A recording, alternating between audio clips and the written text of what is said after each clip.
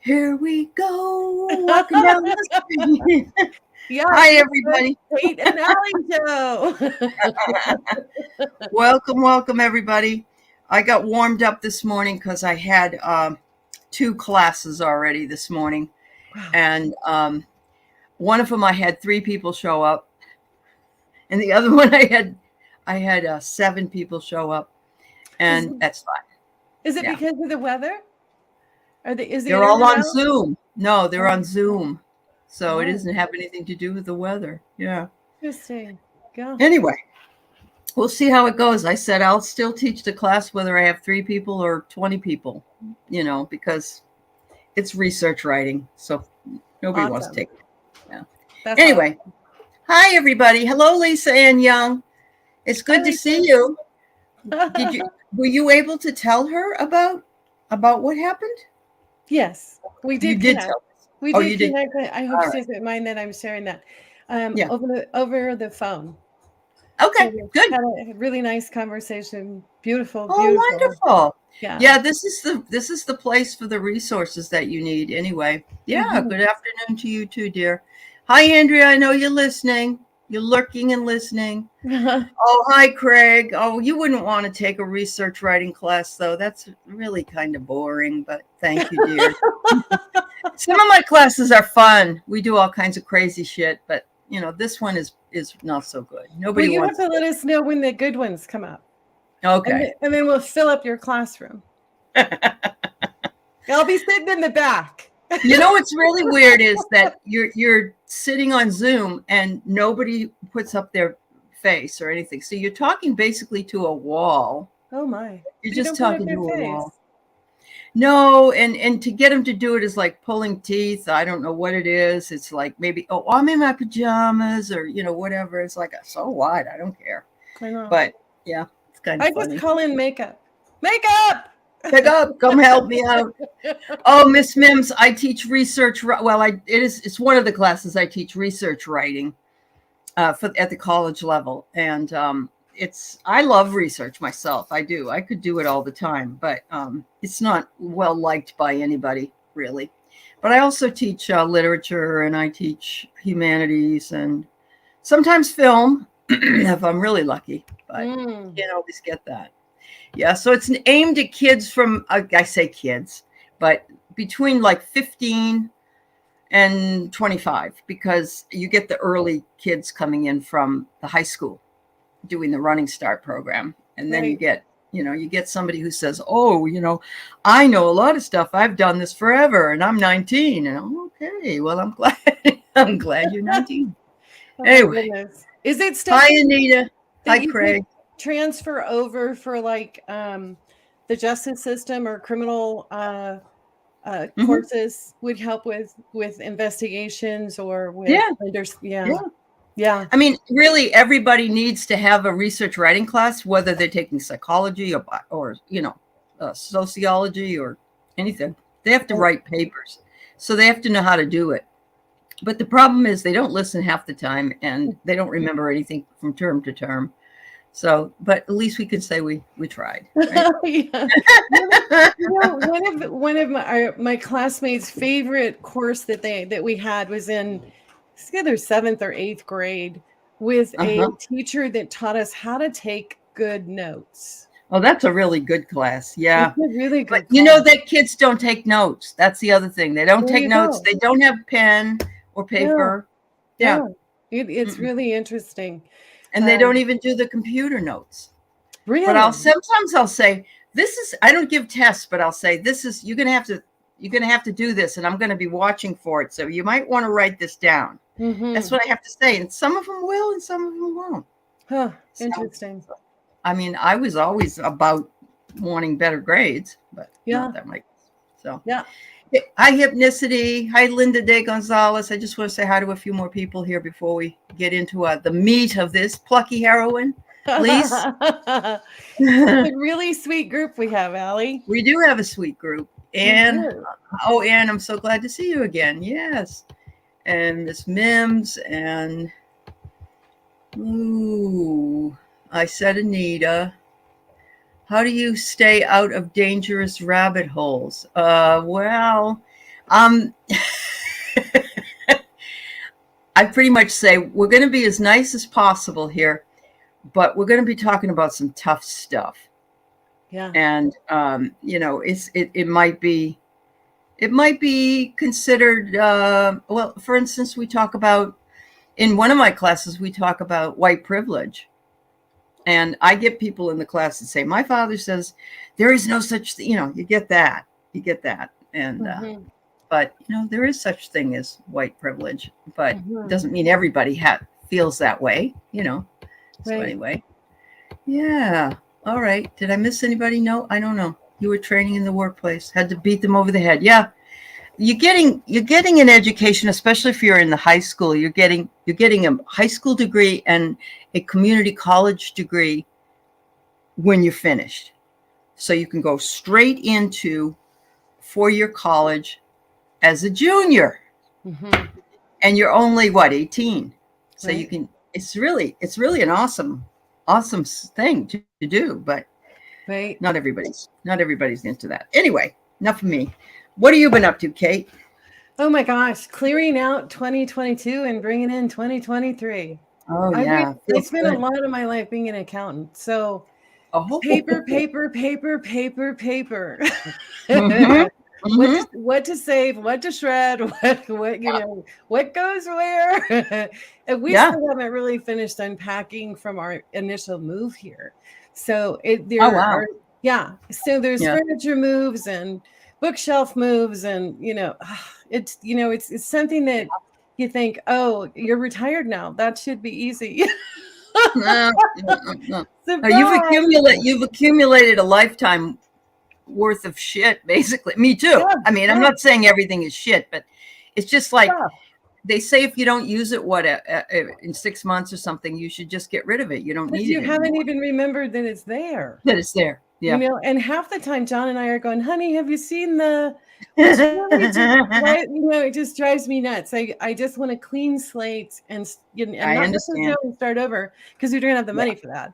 But if you figure out how to inventory, make it manageable, that kind of thing. And so do you have the same problem I do, where I can't find something, like, let's just say it's a stapler. Right. And I have to go buy another one. Yeah. And then I find it, of course, but I end up with like 20 of them because I can't find it. I know. It's like something doesn't have the proper home. Like when you want to reach for it, it's right there. And there's all kinds of other stuff that's in the way that should be there. If I were going to go find it, where's the first place I would put my hand out? And then I'd go, what is it I'm looking for? I know. No, I absolutely know. I do. I know. Or, it's even from walking from here to the kitchen. What did I come in here for? God, that's really awful. I know. Oh, it's you with writing pens, Ann? Yeah, that I have 1,000 pens. I swear to God. I love pens. And I do too. And then I go somewhere and my purse doesn't have one pen in it, but I have 1,000. At home, there's jars and jars and jars and containers, right? Yeah. Like I love to do art with Sharpies. So I have every available color in Sharpies and duplicates in case they dry up. Right. And, ones with silver running through them and ones with gold, and just boxes and boxes of this art stuff, and I don't have an art studio. So it's kind of like, okay, well, where does that stuff go? I get it. But you have the most amazing handwriting, my dear. Oh my gosh. I love to journal. So it's beautiful handwriting. I think if we sent it to Cash Peters, he'd go, I want to meet this woman. He's the only person that won't do a collab with anybody that I know of. Right. Yeah. Right. But that's okay. He's fine. He's a busy guy. Yeah. Anyway, so we got some things to talk about, Kate and I do. And next week, we're going to be working with Diana as well and talking about Carl Jung's book on dreams and symbols and so on, because we've been working on it. But today we're going to do some dreams. And then Kate has some little tidbits to share, as do I. And a dream that was shared with us by someone that we're going to talk about anonymously. Mm-hmm. But we do have already a dream up here from Maeve. And so it's like I had a dream. I was given a lot of presents. Then on one of the presents, it said, "Have you thought about joining Scientology?" And I smiled when I woke up. You know what I think, Maeve? My first thought is there's always conditions to gifts. That's, yeah. Oh, that's interesting.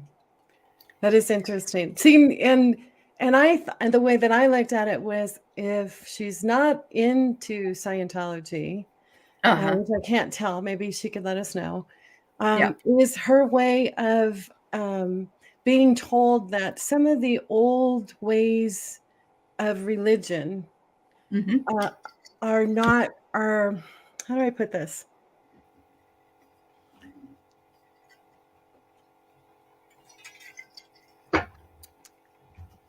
Need that to be she updated. can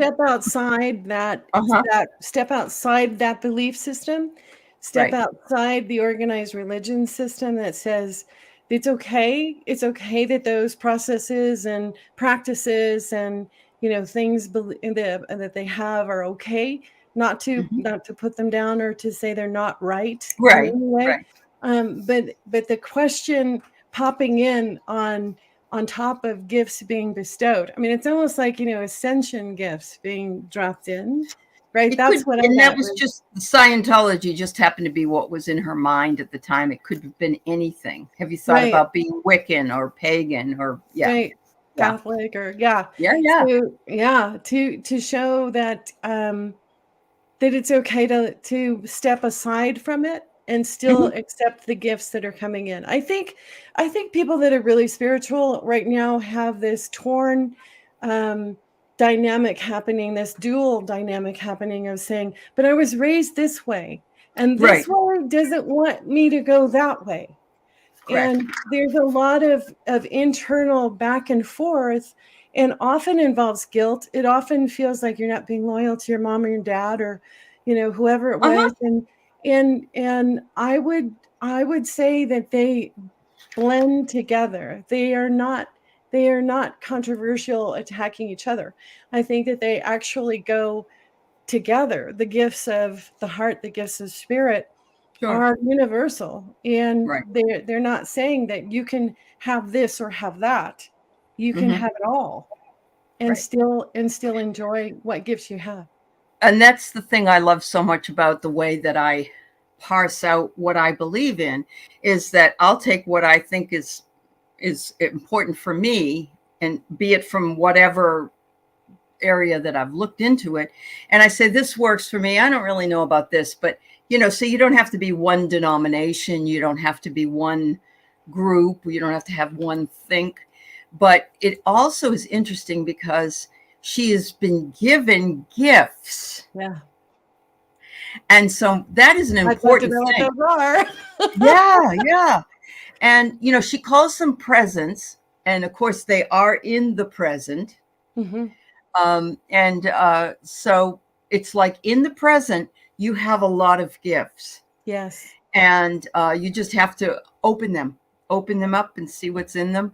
And I love the fact about joining Scientology, because it's just, it isn't something maybe you want to even consider doing, of course, but it is just interesting that it's something offbeat and different.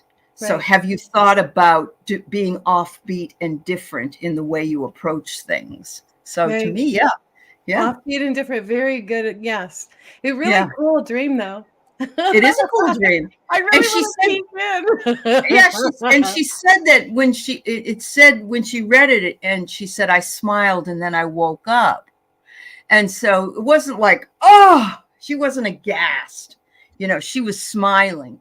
But that's why I say, in the original thought I had was, we can receive things from people. Sometimes there's an expectation from that person that you're going to get something for what you give. Whereas, not always. I like to think that if I give a gift, it doesn't have to be reciprocated. It was given from the heart. It was given because that was the choice. But at the same time, some people are like, well, I did this for you and this for you and this for you. What are you going to do for me? There are people like that. So that's the only. Yeah. Right. Wow. And in the chat, I can see that there's some concern, and I agree, Mims. You do need to have discernment. You have to be careful That's true. because There have been many hurt by that group. You're right. because we sensitive people can be very sensitive. Well, I like this too. Some presents are best left unwrapped. I love that too. Or some gifts. Yeah. Right. Let's what else interesting? The word gift in German means poison.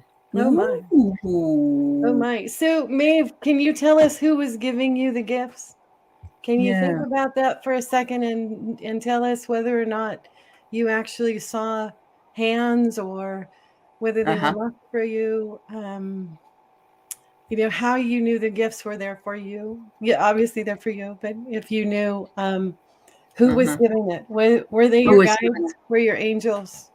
Was it your ancestors? Sometimes we don't even know. They're just there, and we know they're for us. Right. But yeah, use discernment is right. And no, I don't think any of us, we do. If you've seen any of those Scientology shows that have been done, and the way that they go in and really hurt people, and yeah, it's not something that it's more to stay away from. But at the same time, who am I to tell people to stay away from something if they're interested in it? Right. I remember I was invited to the Moonies. Do you remember the Moonies? Oh yeah. Sure you do. know, and at one point I realized that they had separated me from my cousins, and I got really nervous about that because I wanted to stay in the same room with them. Yeah. And I started to say, you know what, I think this isn't working for me. I gotta go. And my cousin, who was 6'4", big guy, strong guy, you know, I left the room and I started calling his name in the courtyard. You know, and the next thing I knew, he was there, the other cousin was there, and he was like, back off, we're leaving. And we got in the car and left, and they all went, you know how close that was? So, I mean, they use some tactics that are pretty scary. It can be, yes. Yeah, they can be, because they want to increase their membership and all that stuff. Yeah. But she can't remember who gave her the thing. And nothing wrong having knowledge. No, that's true. Whether it's discernment, having the knowledge to use and discern what's true for you, is very important. Yeah, that's right. Wow, that was very cool. It was. Very cool. Thank you, Maeve, for sharing that with us. Juno, many of your dreams involve continual searching for something, always obstacles and detours popping up to elongate my journey. I can relate to that.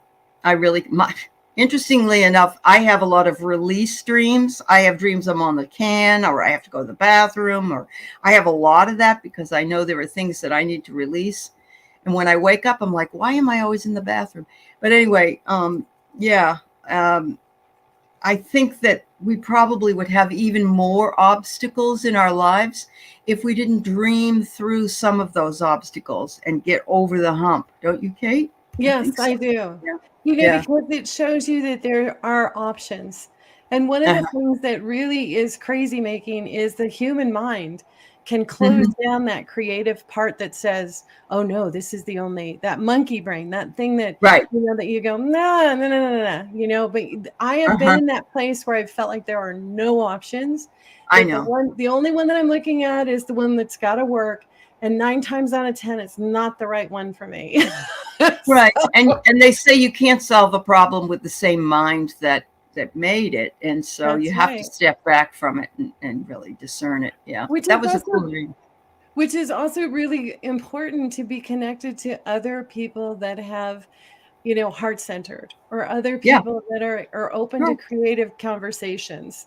Really important, because their inspiration, their creative mind can help you see a different avenue or a different road or path, or even just a different option about how to look at something. Yeah. Yep. Absolutely. So cool. Yeah. So thank you for that, Maeve, and I hope that helped a little bit. And if your gifts are presents and they're in your present, they're waiting to be opened. And just leave that one aside. You know, if you're not, because it looks like it's tied to conditions. Okay. Have you thought about joining the Scientology. Well, that's got a condition attached to it, right? Mm-hmm. It's a piece of paper that's attached to the gift. Again, this is us just exploring different options, and you are the one that truly knows what's behind them, Maeve. But it's interesting that sometimes we are forewarned what will happen if we open up. It's like a Pandora's box, right? It could be a Pandora's box. So, right. Anyway, all right. Well, you had one that was emailed to you. I did, yes. Yeah. I had to print it up in really large font because. Okay, that's all right. So I just want to introduce this as anonymous, that I got permission to share because it brings up, there's like 3 different specific points to this dream that I want to share with everyone that I think are really important. And so I'm going to paraphrase in some places and to shorten this. Okay. So this person was dreaming a dream that she said would be a fantastic horror movie. Yeah. As soon as I saw that, I was like, wait a minute, I don't watch I don't do slasher films. Stephen King takes all his dreams and puts them into his books. And puts them into movies, yeah. He does. So they were people that were killing people in weird ways, in harsh ways, and really graphic, really frightening, severe ways. People killing people. She had gone to sleep listening to a meditation that was continuing to play within the dream. Okay. So within the dream, and she said the dream was so bad that she thought maybe a bad spirit had snuck into her energy field. So she summoned Archangel Michael and all the white light that she could muster up and blasted herself with it. Good. Hasn't happened since. Feels okay with everything. And will let us know if anything comes back. So the 3 things that I wanted to mention was be very careful about what you are listening to before you go to sleep. Yep. And it's true that there can be subliminal things attached to what you're listening to. There can be sprite spirits that are going to come into the dream and play with you because you are running that frequency while you are listening to it, even if you are in a sound sleep. Okay. Because frequency attracts frequency. We want to make sure that frequency is modulated to you and your higher self, which is that dream, that request before you go to sleep, that your guides and angels are with you and that they protect you in the dream realm. Okay. Really important. Absolutely. Really important. Okay. Now she was super smart in that she woke up and went, nope, not having it. Call in Archangel. And that's step 2. Call in your angels, call in your guides, make it stop. Okay. Don't bring that energy in.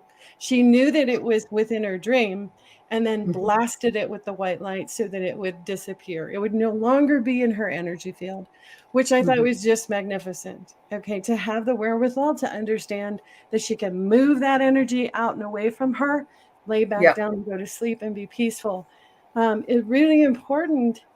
Be careful what you are listening to and where you're or know your source. Know your source. Be careful. And there are some mega companies out there that are doing the binary beats. They're doing, the drumming, they're doing, and those kinds of simple, pure type, just tones, just the tones, just the voice.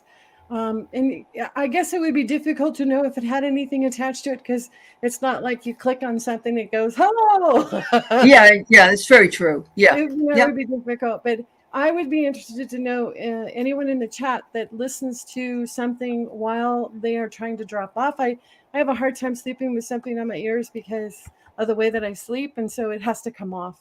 Headphones have to come off, even if they're wireless, Bluetooth.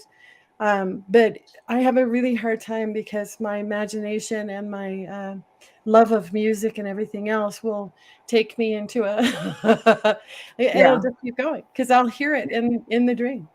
Anybody else have that experience that's in the chat with us today? This Mims has something to say here. She often lucidly dreams about situations where she's watching herself in the dream as though she's a third party to see what she'll decide to do to solve the situation. I think that is very interesting. That means you can change the outcome of your dreams if you're not comfortable with them. Yeah. Yeah, absolutely. Wow. Yeah, that's a very scary situation. And like you said, there's no way sometimes we really know what we're getting ourselves into. We've got to be very careful of, once again, the discernment idea. Right. But I mean, I remember having I do a lot of astral traveling apparently at night. I'm a busy gal. And so, I had no idea that I was not protected when I was out there. And I even had somebody tell me that did Reiki on me that they had to whoosh out some of these hangers on, and it made me a little bit more aware that we can attract and pick up these trolls, I guess, that are hanging around. And it's the same way that happens, I guess, which I was writing on my community page about losing 26 people. Where are they? But they could have all been bots and trolls, and they just finally cleaned them out. So yeah, So let me just recommend this. If you are someone that enjoys astral travel, Aley does, I do. Obviously, there's a lot in our groups that meet up for the unveiling of the Eiffel Tower. Yeah. So what you want to do is you want to attach a golden cord to your third chakra. Okay, before you go to sleep, you just say, okay, I'm attaching my golden cord before I go to sleep. And that golden cord will link you back to your body. Okay. Yep. And before you come back in, you put a blue filter so that you're passing through the blue filter, and anything beyond the blue filter stays there. Oh, it's a strainer. Yes. The blue strainer. Yes. Green. Really? Yes. Okay. And that will keep everything away from your energy. You won't bring anything back. We do. I've done a lot of meditation where you're going out, from your town, and then you look at your city, and then you look at your county, and then you look at your state, and it's super fun. Because eventually you get to the point where, you're outside looking at the beautiful blue planet. Yes. It's super fun to do. I love it. The way to practice that is to go to Google Earth and go down to, go to New Zealand and visit Anne, and you're up here and all of a sudden, zoom, you're right down. It's cool. It's really cool. It's very cool. There's no limitation, but you do have to be careful and protect yourself to not bring anything back. So Miss Mims says she has changed her outcomes of her dreams. And she said it's empowering, and I feel my guides are with me. Absolutely. Oh, they definitely are. And it is empowering. It's like, that old, you got the power. You've got the power, girl. And you know it. Oh, that's awesome. That is awesome. Janice Bass says her dreams, when she occasionally remembers having one, are confusing and fragmented. I'd love having dreams with clarity and joy. Any suggestions? Sure. First, if you want to write them down and share them with us, we'd be glad to help you. Even the fragments. Even the fragments. Yep. So, sometimes what happens is you'll have so much information coming in. Very cute picture, by the way, Janice. Love the. I know. Even the little bits that you're getting are still messages. So they're pieces of a message to pay attention to kind of let them simmer for a little bit. And see if there isn't something that comes through later on in the day. But writing them down, having somebody else, maybe like Aley and me, to take a look at them, or to say what we get, what kind of hit we get, is a way to start. It's just a way to start, and it is. And everybody's a little bit different how they remember. Yeah. And I'm of the belief that our dreams are our backstage coordinators are our guides and our angels. So, you got a director, you got your backup singers, you got people that love you, and they love you forever. So what they are showing you is from love. This is not a place to be scared. This is not a place to be thinking, oh no.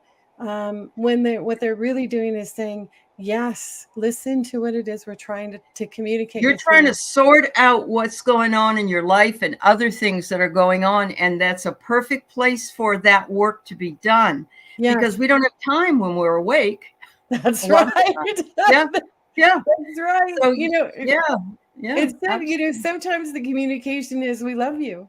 And they're just trying to remind you that you're loved. You're loved. It's okay. Yeah, we're coming through with the plow. We're going to plow. Yeah, absolutely. Oh, I love it. Oh my God. So Plucky Heroine says she's had dreams with famous people and ordinary life situations.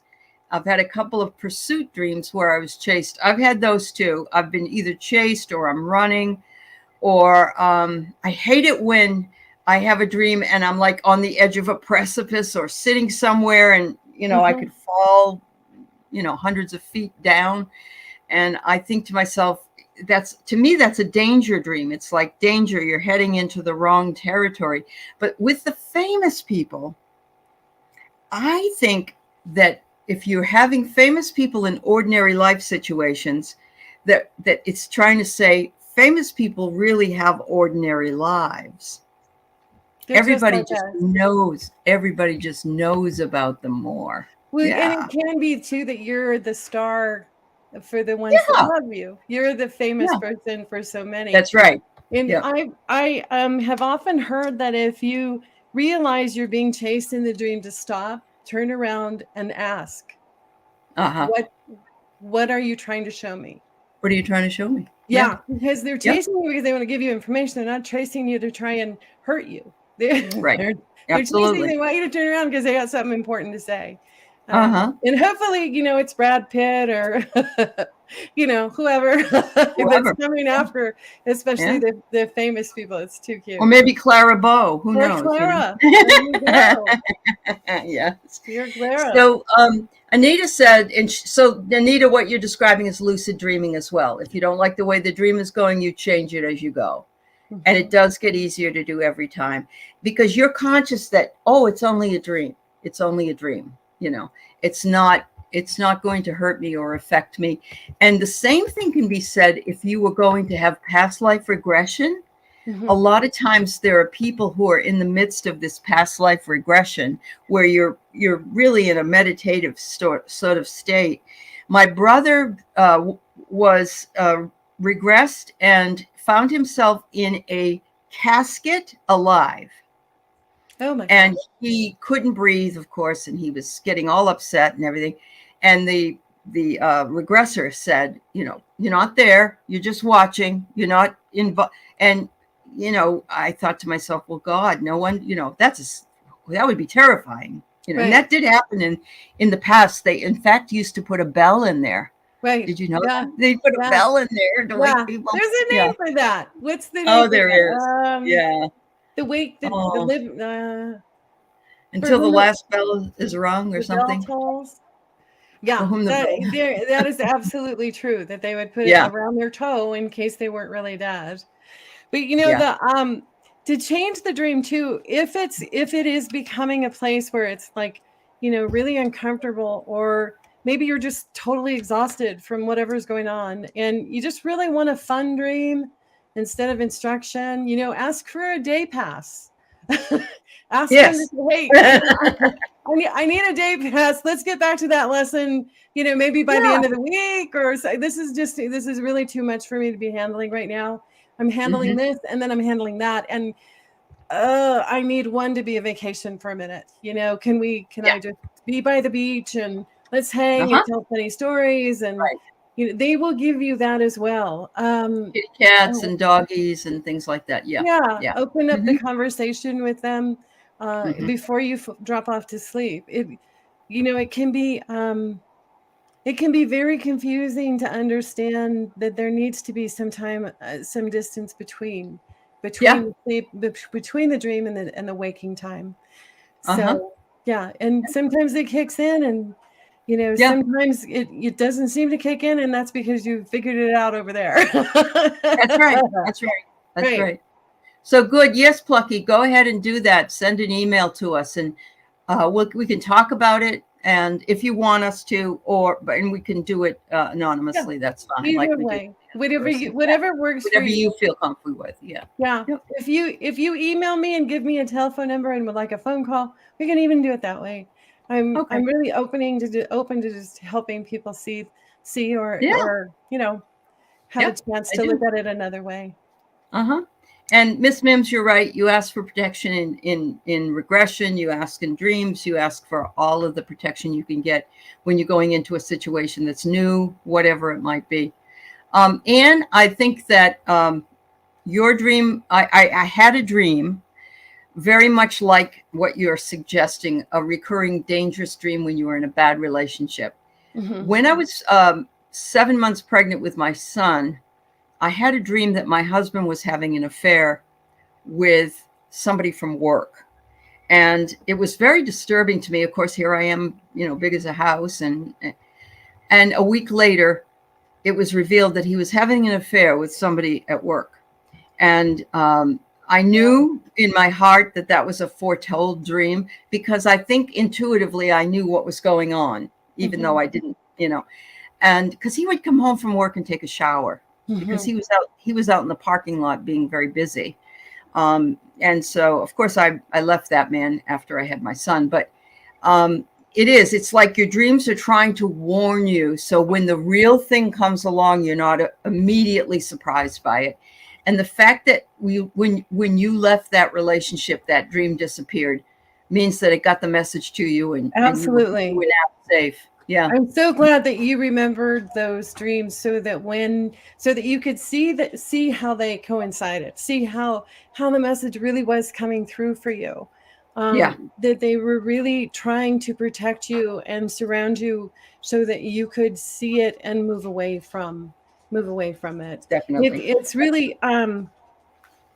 It's really profound how much love and how much energy, how many spirits and guides and angels and ancestors are in that space, trying to connect with us and trying to say, wait, wait. wait, and it would be really cool if you could just say, hey, call me. But it doesn't always work that way. Can I just share the other thing, because that coincides with what I learned over the holidays about this condition called aphantasia. Aphantasia is it's the inability to visualize, otherwise known as image-free thinking. People with aphantasia don't create any pictures of familiar objects, people, or places in their mind. They have no thoughts, memories, or images inside their head. So this was fascinating to me, because the person I was talking to about it, I said, well, what happens in your dream? And they said, I can only hear what's going on. So it's like being in the next room and kind of, putting my head up against the door to try and listen in on what's going on, although I can't see anything. So everything is in the glass. Dark. Yeah. And he said when he kept having repeating dreams that the earth was swallowing him up. That he was in quicksand, and it didn't matter. He couldn't see anything. He just knew that there was something filling up, and that he was, and later he discovered that he had hypoglycemic. He was hypoglycemic, and that these dreams were telling him to wake up, and go do something. I mean, that was so powerful, right? It is powerful. So, sometimes there may be something physically happening for you that your guides and angels are going, wake up. Yeah, wake up. We're trying to get your attention and you're not listening.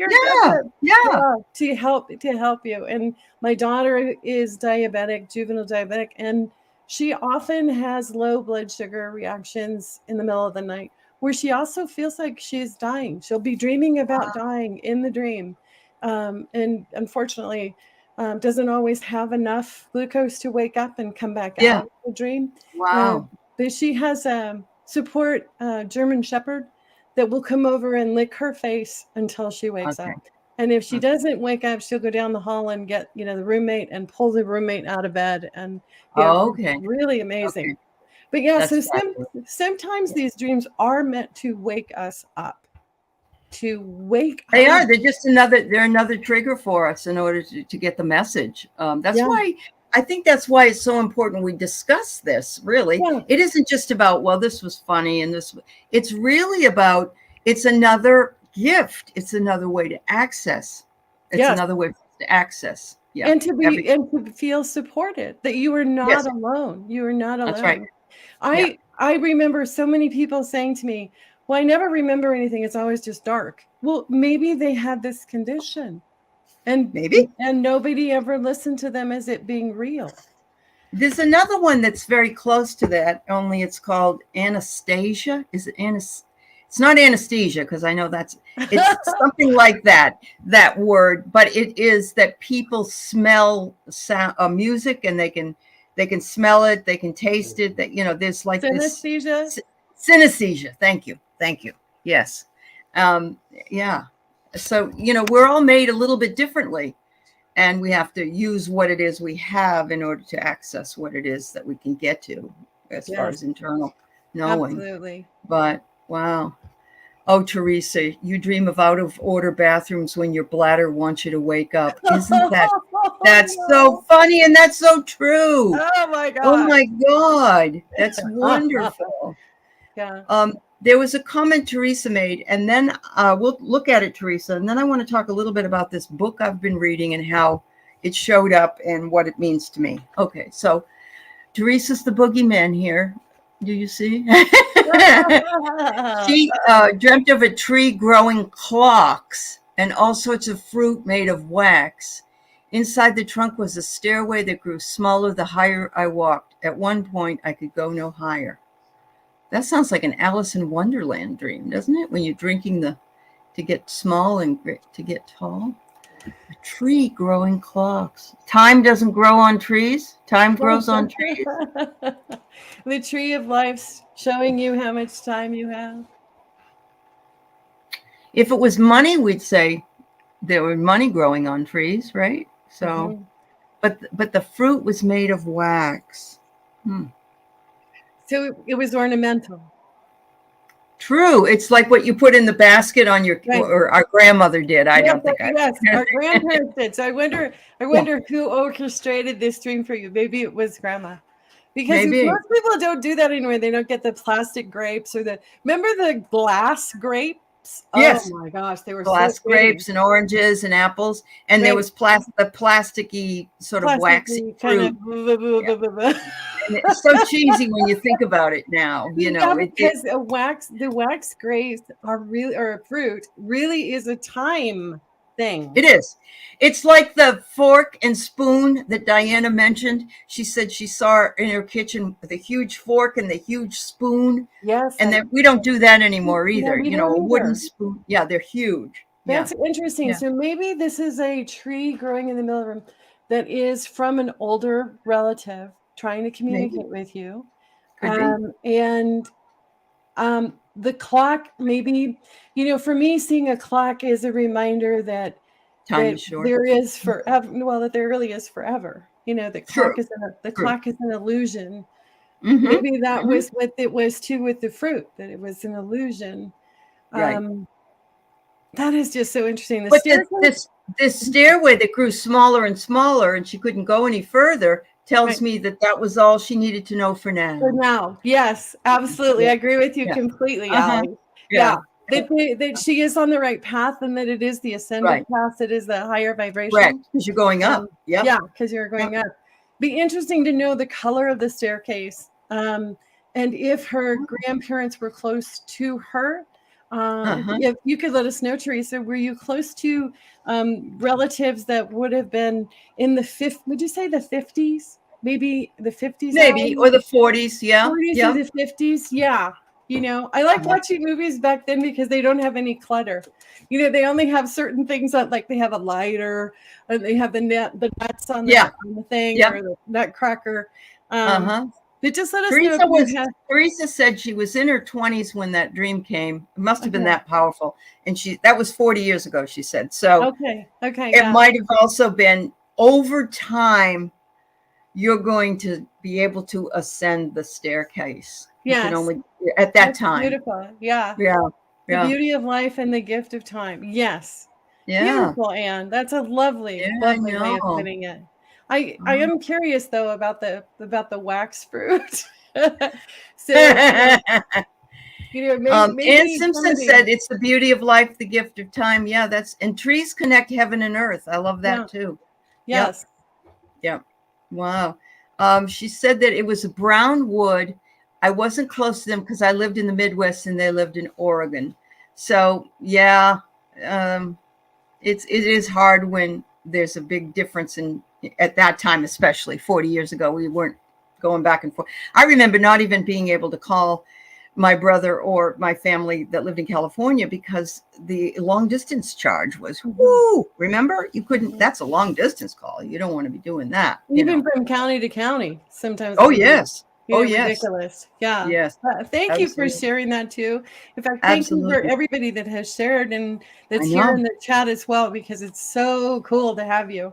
And it is. We love doing this. and people are remembering a little bit more about some of the topics or some of the themes that come out in their dreams. Was it somebody? Where is it? I think it's Hypnicity said, and this. I dream I have to use the public toilet in an open area where anyone can see me. And it's fear of exposure. It's you want to release something, but you're not quite sure. You want other people to be able to see it. Exactly. And I can tell you that I have a lot of these dreams about toilets. So I understand completely. And I'm always looking for one in my dreams. And my mother told me never use a public toilet, especially to do sit down work, she would say. If you had to pee, well, you could stand and work that out somehow. But, you go to the bathroom at home. And I don't think that was a really good message at the time. But I think I understand it. So. Right. Yeah. Wow. All right. So, Hypnicity, you've had colorectal cancer. It's wanting you to be, it's a message to a reminder to you then too. So that's important. Hi, Roseflower. All right. So I got to tell you guys a little bit about this book I've been reading. Actually, Willow is the one that suggested it. It's Future Memory, and it's by P.M.H. Atwater. And I'm reading the book for lots of reasons. And I still think they talks about deja vu being something in the past, but I don't know about you. I'll have deja vu. Maybe it's not that. And then it will happen. So I don't know for sure if deja vu is telling you before it happens, or you had a feeling this has already happened, is what deja vu means. And then it brings in the idea of synchronicity, which I'm sure all of you have heard about, where it's meaningful coincidences of really strange things all coming together at the same time. Mm-hmm. You never go to this store. You never go this way to a place, but today you did. And because you did, you met your best friend you haven't seen for years, or you found a store that has just what you've been looking for, or, all of these things. It's almost like it definitely is using your intuition and your psychic abilities. Mm-hmm. So I'm reading that and I get down and I'm thinking and then she says, there's a state we can put ourselves into to make us have those synchronicities. Part of it is like a dream state, but it is the idea of flow and how that works. And it works. You can see it a lot more for athletes. I think people that, they get into the flow, they're going to run a race and they get into the flow and they start winning the race and they start visualizing winning and they win. And, it goes on. And it's like a high. Mm-hmm. It's a real high. Mm-hmm. So Jung described it as an external condition. Csikszentmihalyi, who wrote about flow, paralleled it in the internal so that the two come together as a confluence and make this happen. But this spoke to me, and this is what I really wanted to say. And I read it to Kate, and it said, those who often remember their dreams, engage in devoted prayer, meditate, or have undergone a transformation of consciousness, experience synchronicity as a daily event. It's more routine. It's like, oh yeah, oh yeah, I knew that was going to happen, or whatever. The phenomenon stops being a phenomenon for these people and loses any sense of being random. It becomes a component of people's daily activity, signaling the emergence of more harmonious life patterns. So, I'm only 70 pages into this book already, and I'm seeing the scaffolding that is taking place in explaining it. But if we listen to our dreams, if we allow ourselves to get into that state of flow, and we try not to make things happen, we allow things to happen, and we get ourselves there. All those help with this future memory that we could have. And the other thing that I'm seeing is she brings in the idea of remote viewing, how that works with it. So to me, dreams, parallel memories, remote viewing, synchronicities, it's all to do with consciousness and just how conscience minded we can be. Right. I love that whole section, Aley, because I can relate to the entire thing. I do meditate daily. I do prayers made daily. Yeah. I talk to my guides, my angels all the time. I know. And there are situations where it could not have been random, that this was orchestrated. Yeah. Hey, over there, stop that car, slow that car down, they're coming down too fast. Where you feel and like while you're in it, you go, oh my gosh, there's so much happening here. There's so much happening here. Yeah. Me too. And I'm noticing it. I'm also seeing it's 111. And the license plate in front of me is, Angel or, whatever it is. Yeah.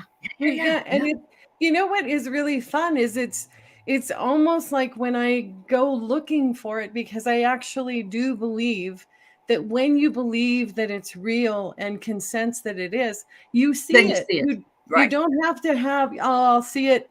When I see it, I'll believe it. No. You don't need to have when you believe it, you'll see it. Yes, absolutely. Right? For me, the day starts out with, stuff I got to get done with, but I'm always on the lookout for that magic drop in, that magic little surprise, that magic, hey, you're the 20th person today, so you get a free whatever it is, or that's right. Or walking in and going, I really would like to buy my husband a train but we have too small. We don't have Christmas ornaments. And then coming across a notice that says, hey, we're selling this Christmas ornament that's from Lionel Trains. And it has two trains that wind up and then come back down on the ornament. Of course, it's not something that you hang from the tree. Right. It's an ornament. Go under it. Yeah. It's an ornament. My father was a train buff. It was like, wow, they're totally listening. I don't even care if Google's listening anymore, because I know my guides and angels circumvent them. They do. If they're listening, that's all that matters. And saying thank you for that is opening that up, going, wow, who could have imagined that I would find a train for my husband in a Christmas ornament that's right. We didn't have anymore. We didn't have ornaments anymore. So, just that magic. That thing. It was like when I was on Jean's channel and my brother had just passed, and all of a sudden this person comes in with the same Doug B came into the, and that couldn't have been planned. You know what I mean? It was all just a confluence of all these different things. But it's so much fun, right? It is. Oh my God. It gives you goosebumps. So much fun. Yeah. Because it's at those moments that you realize how it feels to be so connected with everything. Everything. How it feels to have that connection and you also feel it when you go out of it, because you're like, what's wrong? Why can't I? Something must be wrong. It becomes a thing I crave. Understood. Yes. And Mims, you're right. We don't live in chronological linear time, because time is an invention made by man, of course. But it shows us parts of our lives that dreams have not occurred. I agree with that 100%. And But this man, and this book is different book, but yes, he was a psychology professor at the University of Chicago. And he wrote this book. It's CSIKSENTMIHAYLI. And the only reason I know how to say it is they spelled it out phonetically for me one time. And so his name is Mihaly Csikszentmihalyi, and I recommend it. It's a really good book. And he wrote one on creativity as well. Okay. So I read that back in the 90s. But this, I'm reading this and I'm going, this sounds like Csikszentmihalyi. And then his name comes up in the next paragraph. But wow, isn't that incredible? It. Yeah, it's incredible. Absolutely. It's like so much fun, and sometimes it feels like, you know, the people that get it, you know, like all our friends and people in the chat that get it, you know, then it becomes almost like code.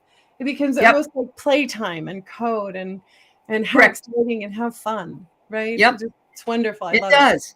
It's putting yourself on autopilot pretty much. And Anne says that her son told her that he got lost one time when he was drawing. It's like, just, you know, time goes by, or sometimes you'll be somewhere also, and you will look up and like it's 2:00 when you first look, and you're doing all this stuff, and you look up, it's only 2:05. Has that ever happened to me? Yes. Yeah. Yeah, that's like that's that little hoppity thing that happens. That's right. Absolutely. Hi, Jane. Yeah. Oh my God. Oh, the book title is Finding Flow is one of them. The other one is Flow. Actually, Flow came out first, then Finding Flow. Sounds like something from the movie Alice at the Diner. And then the third one is Creativity. Yeah. But he talks about the flow experience, and actually have used it in a lot of my research writing that I've done on those kind of topics, because I really, when I first found it, I was like, there's a name for this. Oh my God, there's a, you know, and then I hadn't read it, but I was recommended to read this one, of course. And I'm like, oh, there it is again. Mm-hmm. And she builds on this one, this future memory book. She builds on, what is the word I want to say? Teaching you how to, I'm trying to find the page, how to access your future memory and how you get started. She gives you 5 or 6 different lessons on how to do that. And I kind of pass that by right now because I'd rather read the rest of it first. Mm-hmm. And I don't really have a lot of time to do it. But I thought, wow, yeah, it's good, Mims. I'm glad. Yeah. You're welcome. It is. It's being constant connection with spirit. I love it. Really, Anne? Oh, see, Anne is a professor as well, and she does research down in New Zealand, and that's her interest as well. So that's cool. I wish that you weren't so busy, because I would say, let's do a book club. You know how many times I've tried a book club? It's unbelievable. I've set it up, and I've said, let's do it on Zoom, and let's get together and talk about books, and I'll get people go, yeah, let's do it. Nobody does it, you know. Oh. And I'm actually in the continuing ed department of my college. I have a book circle that's to meet on Zoom, and I have one person signed up. And I don't know. Can you put it in the chat, and we'll see what you're reading, and we'll join up, because when I do it, yeah, I will. Mm-hmm. I love doing the book reading ones and the book clubs, and and just seeing how other people light up from different stuff that's going on within them. Sometimes it comes really clearly to you, and other times you just have to see it on the written page. You just have to. And sometimes you'll read it, and you might have read it 20 years ago or 10 years ago, 5 years ago, and it was like, this is too dense. I don't get it. Yeah. And then other times you can just pick it up, and it makes a lot of sense. It's right there. It's right there. Yeah. Uh-huh. Yep. So I would love to do that. You can count on me for that one. Yeah. And I think a lot of these you can get the library as well. So that's our library lets you download the Audible for free. Oh, that's good. Yeah. So I'm like, wait a minute. I could listen to it and not have to, go check it in and bring it back and have it be late. Yeah. I didn't, there must be something in my past that says keep it out longer so that you can support your local library.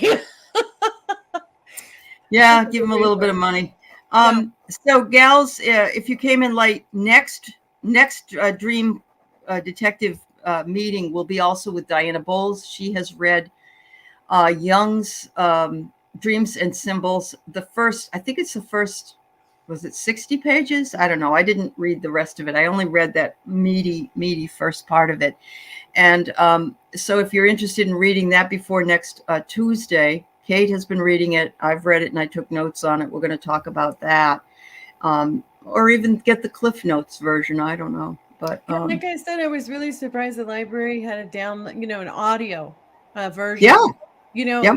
That I could check out for, for free. I had a really hard time first when I got the book because the font was like this big. Small. It was I was like, I can't read this. It was really hard. And I'm not a person that likes to actually listen to books. However, that changed in 2020 when I listened to 25 books because I walked 7 miles a day and I had to have something to do. Oh, God. It was so awesome listening to all those books. So I was actually doing for my health and doing for my head at that time. I think the voice matters too. It does. If it was, someone like, I could mention several actors that if they were reading, could you imagine listening to Gilbert Gottfried? Today we're going to talk about this. Oh my gosh! Yeah, I was thinking of Patrick Stewart or who's the other one with the really deep voice? Morgan Freeman and some of those with the velvet Freeman voice. Would be nice, right? Yeah. I wouldn't even mind some of the other British actors, the young ones, that are in our. I don't know if they're in Marvel, the movies or. But it's fun sometimes to have them just talking to you. So it is. It's for me. Yeah. Or if it's the author, I know if I listen to any of Brene Brown's books, she's reading them and I enjoy listening to her. And I think Michelle Obama read all her books as well. Yeah. Yes. Yeah. I really enjoyed that because you could just hear in her voice the tenderness. Her passion. Definitely. It's so cool. It's so cool. Well, everybody, thank you so much. We enjoyed it. I'm glad we had a little bit of this and a little bit of that. And thank you for sharing your dreams and your thoughts and your kindness to each other in the chat. And thank you, as always, Kate, for all you do. And we'll be back with you. This is going to be a weekly series, unless one of us is sick or something like that. But we'll be here on Tuesdays at 11 o'clock to do the show. Awesome. And so we hope you're with us. And we love having you guys here. Thank you so much for being here. That's right. And if you want your dream and you want to type it all out because it's long, send it along to Kate at the Dream Detectives, one word, @gmail.com. She'll share it with me and you can say whether you want it to be, read out loud or whatever or not. Yeah. And if you want a phone call, be sure and leave your phone number. Sounds good. Awesome. Thank you, everybody. Thanks, Have a good one. Thank you. Bye, everyone. Bye.